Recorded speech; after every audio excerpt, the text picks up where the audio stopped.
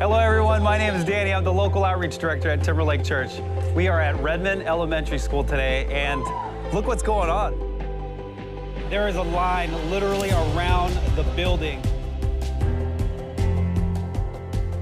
I just come back every year because this is such a wonderful opportunity to welcome families from our district. We're excited for the school year, and we're here to help. I got a little emotional, truthfully, when I walked in and just saw all of the hands and feet that were here to serve. Shout out to Timberlake Church.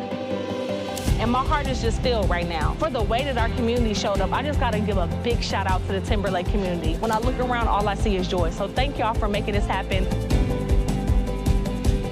We are feeding thousands of people, giving out backpacks, school supplies. We have ice cream set up, bounce houses for the kids. It's just amazing, and all this is because of you guys. Thank you so much for what you do and all your generosity.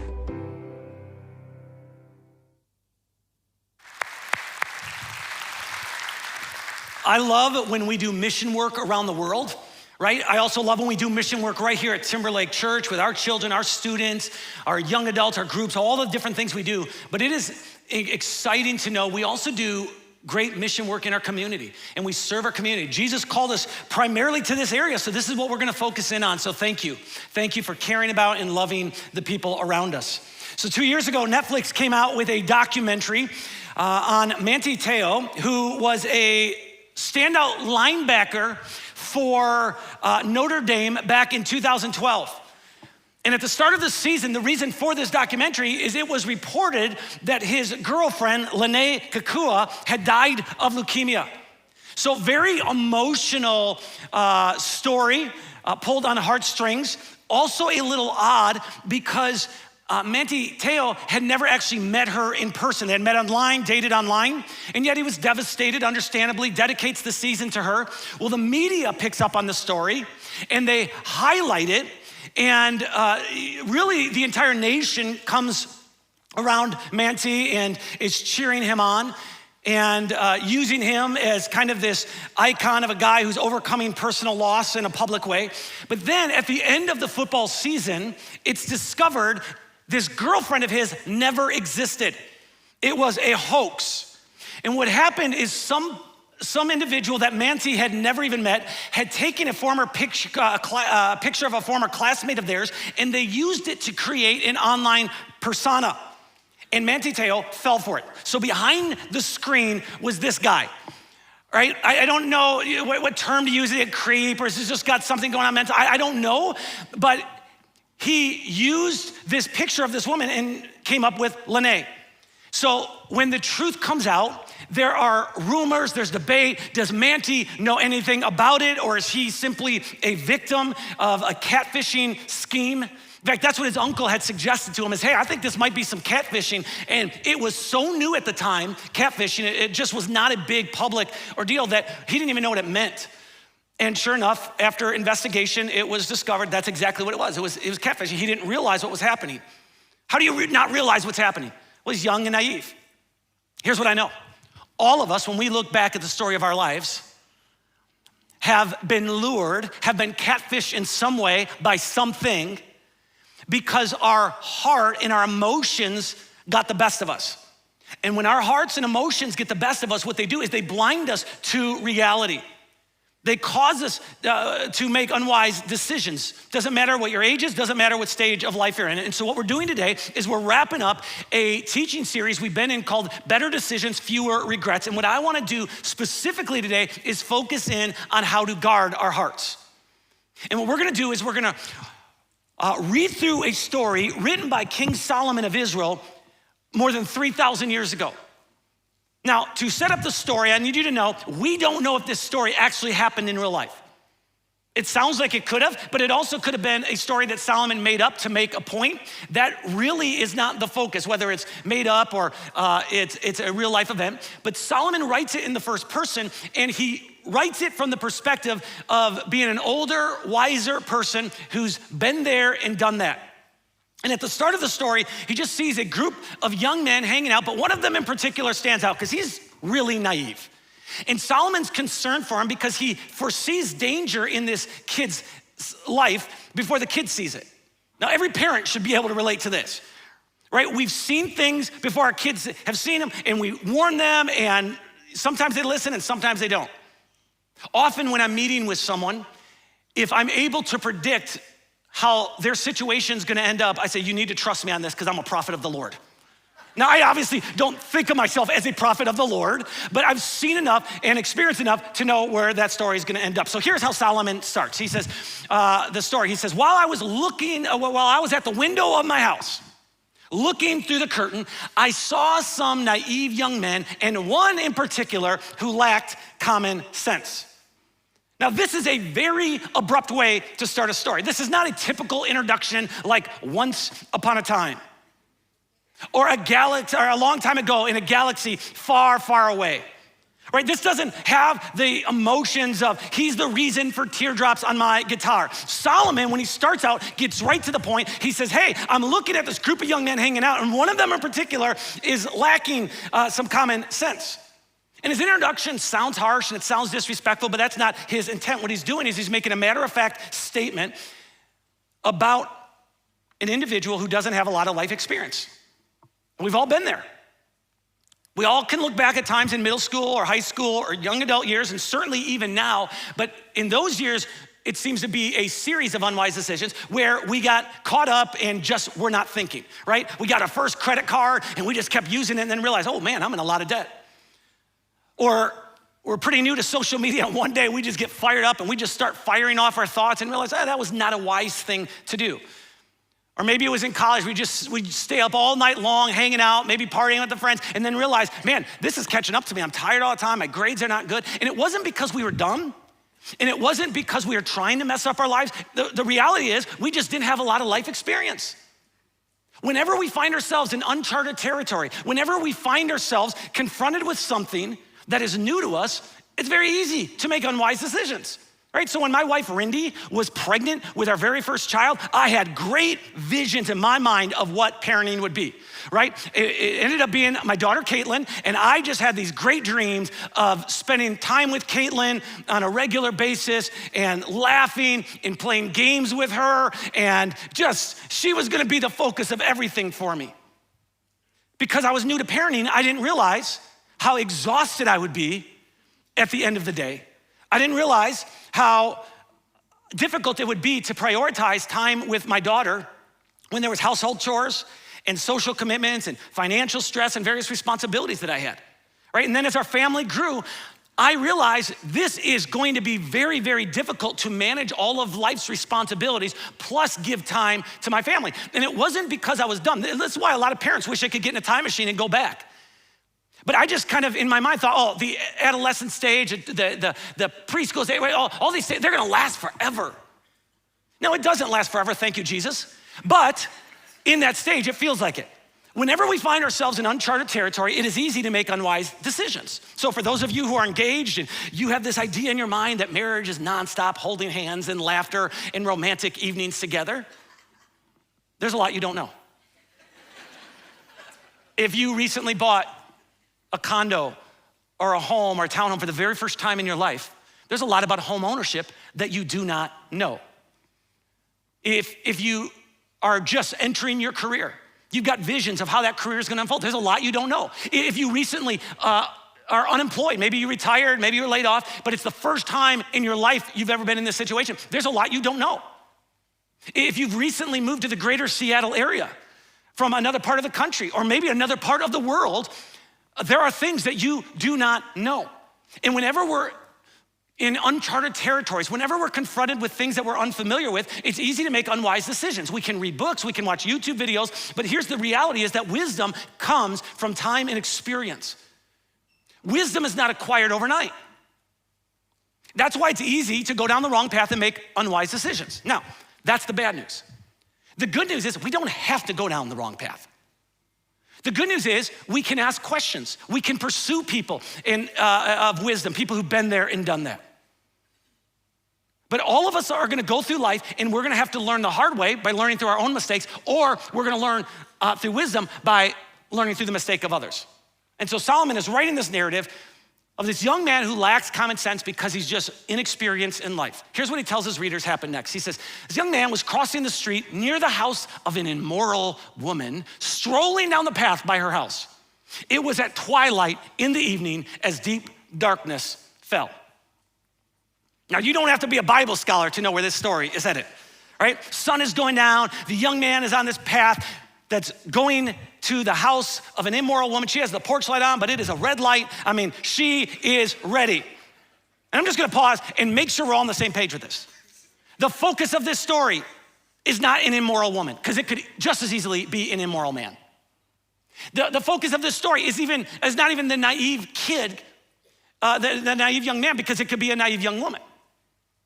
The focus of this story ultimately is a story of temptation and how easy it is to be lured off the right path. And to be fair to this young man, is we don't know that if he was even aware of his environment. There's nothing that should lead us to believe that he was looking for temptation.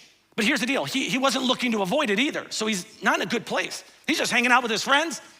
He's not paying attention to where he's at, what he's doing with his time. He's not thinking about the environment. He just knows he is feeling good. But King Solomon, who's older and wiser, looking out his window, kind of watching this situation unfold, he's feeling concerned.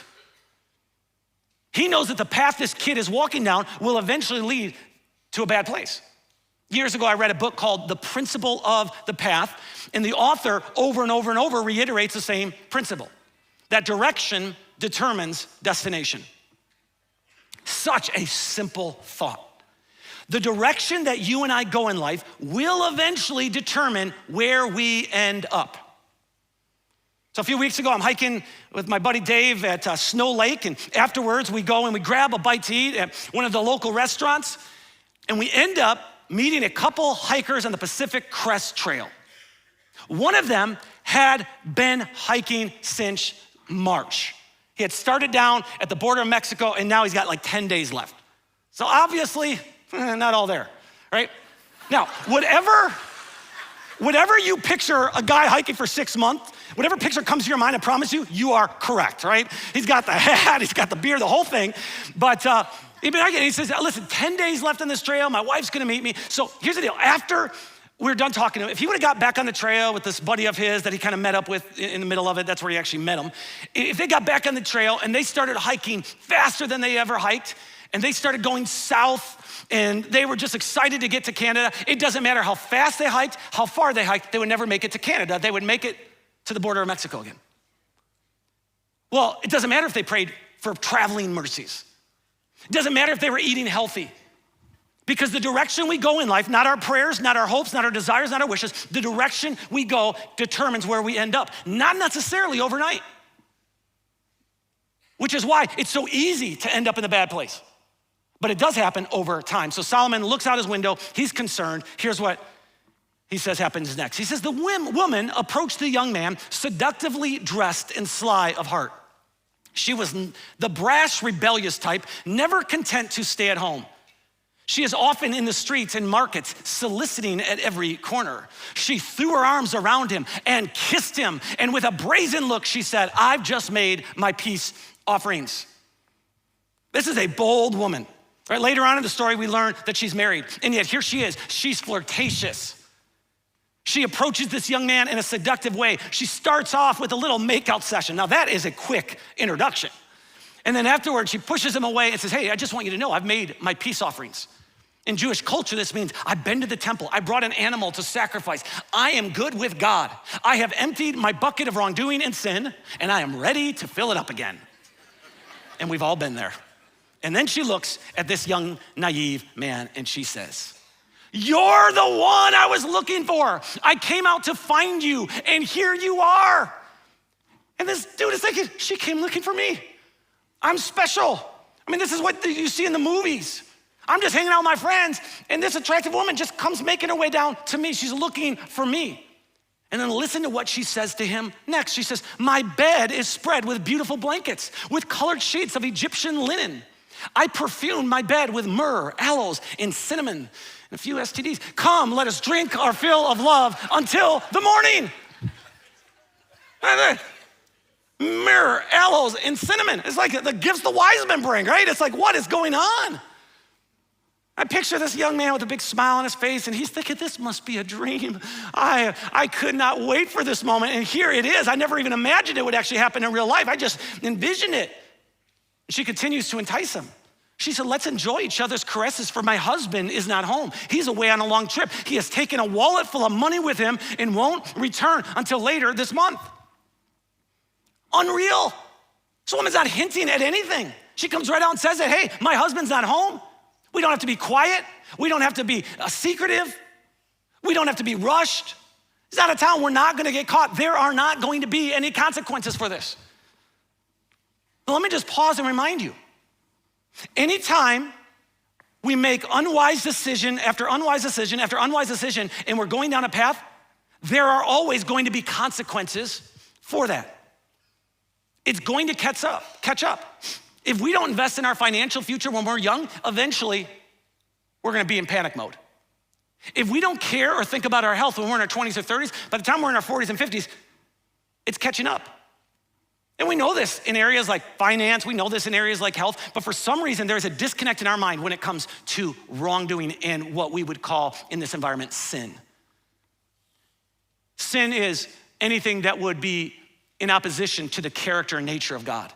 It's knowing to do good but not doing it. And I need you to know this, that sin or wrongdoing always has consequences. Now, whenever we make any kind of moral or ethical compromises in our life, we should not be naive to think that there's not gonna be a consequence. There's always a consequence, even if we don't get caught. Even if what we did or what we currently are doing remains a secret. There are consequences for what it does in our hearts, right? If you're a follower of Jesus, it's possible that you just start to feel distant from God. Now, God fully loves you, fully accepts you, but you in your heart, and I in my heart, we feel distant from God. Over time, what sin and wrongdoing can do is it can erode our sense of self-worth and how we feel about ourselves. It can create an inner sense of guilt and shame. One of the most damaging things it can do, if we don't ever talk about it and it remains a secret, is it can cause our hearts to grow callous. Or we can start to rationalize our behavior. We can dismiss it. Well, I'm doing this because. And the reason that's so dangerous is then we don't ever feel the weight of what we're doing. When we hide sin or wrongdoing for a long time, what happens is it leads to lying, it leads to covering up, it leads to gaslighting. When we try to hide, sometimes it can lead us to addictions where we're trying to numb what we're feeling. My point is this, that what happens inside of us, whether it's guilt or shame or indifference or we're just feeling numb, whatever happens inside of us will eventually spill out onto the relationships around us. When King David of Israel tried to cover up his sin over a side chick in his life, here's what he writes about that season. He says, when I refused to confess my sin, my body wasted away and I groaned all day long. That's how I feel when I eat at Taco Bell, right? But he says there was something not right. When we make moral or ethical compromises, there's always gonna be consequences. And the thing we need to embrace about this is that we get to choose our actions, but we don't get to choose our consequences. We make our decisions and then our decisions make us. It's one of the most painful realities of life. I get to decide what I do, but I don't get to decide the fallout of what I do. I don't get to decide the pain. I don't get to decide the brokenness. I don't get to decide how long the season of hurt lasts. I don't get to decide how intense it is. And so Solomon, he's looking out his window and here's what he says the woman does next. So she seduced him with her pretty speech and enticed him with her flattery. And this young man is captivated. And he starts following her on the path to her home and he is thinking, I am a rock star walking into the club right now. I'm a celebrity all these women want to sleep with, and one of them has come tracking me down. But as Solomon, who's older and wiser, watches this unfold, he's looking out his window. Here's how he describes what's happening. He says, he followed her at once like an ox going to the slaughter. What? Solomon, that's so messy. That's so graphic. Ox going to the slaughter? No, this is a rich and famous celebrity walking into a club. Solomon said, nope, ox going to the slaughter. But the young man doesn't see it that way. Why? Because he's naive, he's inexperienced. In his mind, the soundtrack that's playing in this story is from Rihanna. It's from The Weeknd. Man, he is ready to party. But in reality, the soundtrack for this story is from the movie Jaws. Yeah, that's the soundtrack that's playing. This young man's about to ruin his life. He's surrounded by danger, and he doesn't even see it. And just in case anybody reading this story is missing the point, Solomon gives us more word pictures. He says the young man was like a stag, like a deer caught in a trap, awaiting the arrow that would pierce its heart. He was like a bird flying into a snare, little knowing it would cost him his life. Solomon, stop it. You're being a downer. You sound like a dad looking out the window. You sound like a mom raining down on the kids' parade. Let the young man have fun. This is a one-night stand. Come on, it's just a simple date. And Solomon goes, no, it's not. It's a path. And eventually it's going to lead to a destination. The young man is thinking, nope, it's just one night. It's just an event. It's just a good time. And he thinks that way because he's inexperienced and he's foolish and he's living in the moment. He doesn't realize that what happens in his life today will somehow attach itself to what happens in his life tomorrow. And Solomon continues writing, and then he pleads with his readers. He says, so listen to me, my sons, and we can say and daughters, and pay attention to my words. Don't let your hearts stray away toward her. Don't wander down her wayward path. It just reiterates his point. This isn't just a moment. This isn't just an event. This isn't just a one-night stand. This is a path, and it leads somewhere. Do not let your hearts stray away toward her. And he explains why in the next sentence. He says, for she has been the ruin of many. Many men have been her victims. Her house is the road to the grave. Her bedroom is the den of death. Solomon is not sugarcoating his words. He's saying, I can tell you how this story is going to end. Not only is he older and wiser, but he's been there and done that. Solomon made a lot of bad decisions when it came to relationships. And he's saying, young man, I know that you've never felt this way about anyone before. I know that you think this is gonna end in excitement. This is gonna be a night you'll never remember. But I'm telling you, what you think is not what's eventually going to unfold. This will not end like you think it will. It reminds me of a quote that I heard years ago that goes like this, that sin will take you farther than you wanna go, keep you longer than you wanna stay, and cost you more than you want to pay. I'm gonna remind you, ultimately, not a story of just adultery and an immoral woman and a young man who's just very naive.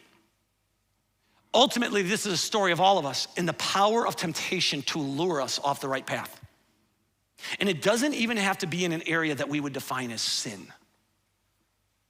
If you're on the path to financial health, it's easy to get detoured by 0% interest for 12 months. If you're on the path to recovery, it's easy to get detoured by, well, it's just one drink. If you're on the path to intentional parenting and moving in a certain direction, it's easy to get detoured by this temptation we all get detoured by that says, oh, it's just a season. I know I can't be home much right now. I know I'm busy, but it's just a season. This is why back in verse 25, which we read a few moments ago, Solomon wrote, don't let your hearts stray away toward her. You think about this, right? Almost all of our unwise decisions, almost all of our regretful decisions, certainly our sinful decisions, are rooted deep inside our heart. We think something or we feel something before we actually do something. This is why in another one of his writings, King Solomon encourages his readers. He says, guard your heart above all else, for it determines the course of your life. If bitterness gets into our heart, it can lead to outbursts of anger, right? It can destroy relationships. It can cause ongoing resentment toward others. If greed gets into our heart, it can lead us to a place where we lack peace and lack contentment. It can cause us to exploit and take advantage of others. If pride gets into our heart, it can lead us to stop listening to people. It can lead us to be overconfident. It can blind us to our faults and cause us to make a lot of unwise decisions. That's why Jesus taught whatever is in your heart will eventually make its way out. You need to pay attention to what's in your heart. One of the most dangerous phrases in the English language that's used over and over and over in our culture is just follow your heart. What is your heart telling you to do? You do you. Our hearts are terrible guides. We don't want our military generals making big decisions based on their gut feeling all the time. We want them to at least look at some facts. We don't want a surgeon in the middle of surgery to ignore their training and just say, I kind of feel like doing this. Our hearts are not good. Guys, they are deceitful, they mislead us, they trick us. 2,500 years ago, God speaks to the Jewish prophet Jeremiah, and he says this about our hearts. He says, the human heart is the most deceitful of all things and desperately wicked. And then he asks this sobering question, who really knows how bad it is? Our feelings are real, but they are not reliable. Our feelings are real, but they are not reliable. Now in life, we've learned to protect a lot of things, right? We have passwords, we have locks, we have alarms, we have security systems, because we know if something's valuable, we need to protect it. And so Solomon says, do that with your heart. There are evil forces that are constantly at work trying to get into our heart, trying to shape and change our morals, our values, our character, our worldview. We have to learn to protect it. And the good news is, as human beings, God has given us the ability to protect ourselves. He's done this with all of his creation, right? Birds can protect themselves by flying away. The cheetah can protect itself by running at incredible speeds. Lions can protect themselves through their strength. As humans, the way we protect ourselves is by using our mind, is by using our willpower. Like God's given us this. The Apostle Paul tells his first century readers and explains it this way. He says that the temptations in your life are no different from what others experience. You feel so overwhelming. It's so crazy right now. I don't know how I'm gonna get through this. He says, hey, everyone goes through that. He said, but God is faithful. He will not allow the temptation to be more than you can stand. When you are tempted, he will show you a way out so that you can endure. If he's gonna show us a way out, that means we have to pause. We have to be looking for ways out. We have to be paying attention, not to our emotions, but we have to be paying attention to the warning signs around us, right? When we have a warning sign, we have to act. This is why we have fire detectors in our house. If that thing goes off, that's a warning sign. Matter of fact, I was reminded of that this morning when my fire alarm went off, or detector went off at 12:30 a.m. They never go off at 12:30 p.m. 12:30 a.m. Beep, every 30 seconds. Now, I've never heard this thing beep before, so I assumed it probably is a battery. I don't know, but I decided I gotta get up, I gotta deal with this. So 12:30, I'm getting out of the chair, I'm taking this thing down, and it's old school, so it doesn't even have a battery you can replace or take out. It just beep, beep. So now I can't get rid of it. Just beep, every 30 seconds. And I'm thinking, what do? I wanted to put it in my garage, but my son sleeps in this loft above the garage, which means he would be hearing it. So I kid you not, I took a sweatshirt, wrapped it up in a sweatshirt, and put it in my microwave. The same thing I want to do to my daughter's cat, the thing that drives me, right? But I put it in this microwave. And yeah, I get up this morning, I could still hear it. Beep, beep. I swear I can hear it now. I mean, this thing gets into your psyche, right? And in life, it's tempting to be walking down the wrong path and to ignore any warning signs. Ignore what people say, ignore what people have experienced in the past. We think we're the exception. But we're not. We have to learn to guard our hearts. Let me give you just some practical ways. You just pick up on one of these and it could be life-changing for you. Let me give you practical ways we can guard our hearts. One of the things we could do is just change the environment we're in. Remove ourselves from the triggers or limit our time with the things that trigger us. Nope, I'm not going there. I can't make it, wish I could. Right? If that person's gonna be there, nope, it's not gonna happen. I'm canceling my subscription to this. I don't need to be reminded of all the things I could purchase. Right? I know I could make more money doing this, but I'm gonna limit my time because I know what I'm trying to do as a parent, right? We can also establish some boundaries. We can reprogram our minds. I think this is something we all need, which is why I think it's great when we can gather together like this on a weekly basis. What a blessing it is in our country to be able to do this, because all week long we're being programmed by the news, we're being programmed by the people we work with, we're being programmed by so many things. So we get to gather and we get to reprogram our minds. We get to strengthen our values or reinforce our values. One of the great things about being in a group, I know so many of you have signed up for a group and we're in this season of signups, but we're with people moving in the same direction that we are. And we're saying, man, naturally we're always gonna be going against the flow of culture. That's just how life goes, right? You follow Jesus, you're countercultural, but man, I wanna be walking with people who are strengthening me. A great thing we can do is just make it a habit to sync our hearts with God through prayer. Sometimes it's easy to believe, well, the purpose of prayer is to get God to do a bunch of things. No, it's not. The purpose of prayer is to slow down and realign my heart with God. And to pause and to say, God, if there is anything in me that's unclean, if there's anything in me that isn't aligned to who you are and what you're trying to do, God, reveal it to me.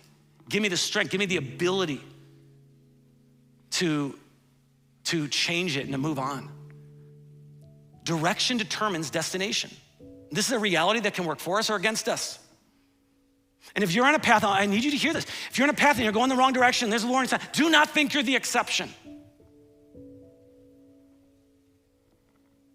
This isn't fun to think about, but your greatest sin, my greatest sin, may still be in front of us. And this is why it doesn't matter our age, we have to pay attention to warning signs. In the last 2 months, I'm aware of 2 pastors in the Dallas area, 2 pastors in their 70s who had to resign, step down for moral issues. 70s. Like, dude, you guys made it this far? Come on. We cannot be careless.